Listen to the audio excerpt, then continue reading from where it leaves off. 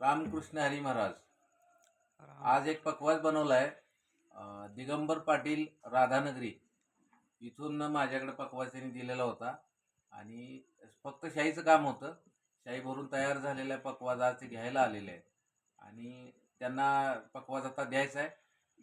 थोडंसं वाजवून दाखवतील तुम्हाला आणि थोडंसं बोलतील. पकवास त्यांना कसा झाला, कसा आवडला की नाही आवडला याविषयी ते बोलणार आहेत. थोडंसं बघूया ते कसं वाजवत आहेत, काय थोडंसं काहीतरी झलक दाखवतील महाराज.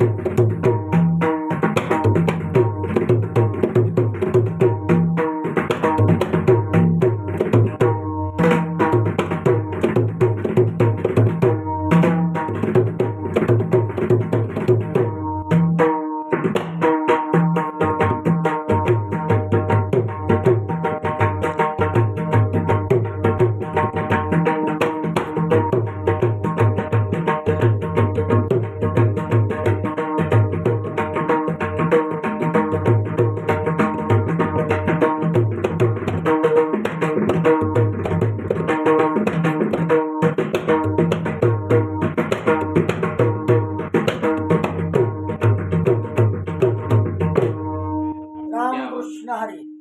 अशा प्रकारे मौजे खंबाळा खंबाळे खंबाळे विटा भागामध्ये मी सुतार सर यांचे ते पकवास टाकलेला होता आणि उत्कृष्ट अशा प्रकारचे टुनिंग काळी दोरला मी शाईसाठी पकवास टाकला होता आणि तो उत्कृष्ट अशा प्रकारे त्यांनी शाई भरून व्यवस्थित ट्युनिंग त्याचं झालेलं आहे आणि मनसोक्त मन मुराद बिना काही जास्त ताकद न लावता शाईचं ट्युनिंग झालेलं आहे. अशा प्रकारे सरांचे मी आभार मानतो. ताकद लावायला लागते का पकवास अजिबात ताकद लावायला लागत नाही. बिंदास तो दिल खुलास वाजतोय पकवास. सहज अगदी अगदी सहज हात टाकल्यानंतर हे काय थाटेचा आवाज पहा, थाटेचा आवाज. लव ताप चाट हे एकत्र आहे. एक नंबर, त्यामध्ये काय अडचणच नाही. एक नंबर सरांनी ट्युनिंग लव चाट थाप एक नंबर उत्कृष्ट अशा प्रकारे न खूप काही लांबून ताकद आलेत लावता. आपल्याकडं आणि राधानगरी म्हणजे जवळजवळ कोकण. कोकणामध्ये जातो. तिकडून माझा एक पकवास त्यांनी पारायणामध्ये वाजवला आणि तो पकवासाचं काम त्यांना आवडलं. तिथून मला कॉन्टॅक्ट केला आणि माझ्याकडे पकवास ठेवून गेले. आज ते न्यायला आलेत. त्या खूप तयारीनं वाजवत आहेत पकवास. बघितलं तुम्ही आता त्यांचं वादन पण ऐकलं. लव ताप चाट एक करायचा माझा नेहमी प्रयत्न आहे, कारण मी पण एक कलाकार आहे. पकवास हा जर वाजला चांगला तर कलाकार मनापासून वाजवत असतो आणि त्याला समाधान मिळतं. समाधान मिळालं की जे काय त्याचं मोल दिलेलं असतं ते पैसे फिटले असं आम्ही मानतो. त्यामुळे त्या कलाकाराला समाधान व्हावं इथंपर्यंत माझी भावना असेल. त्या भावनेनं मी काम केलेलं आहे. महाराजांना ते काम निश्चित आवडेल. अशाच प्रकारे तुम्ही उत्कृष्ट अशा प्रकारे काम केल्याबद्दल सर धन्यवाद. रामकृष्ण हरी. रामकृष्ण.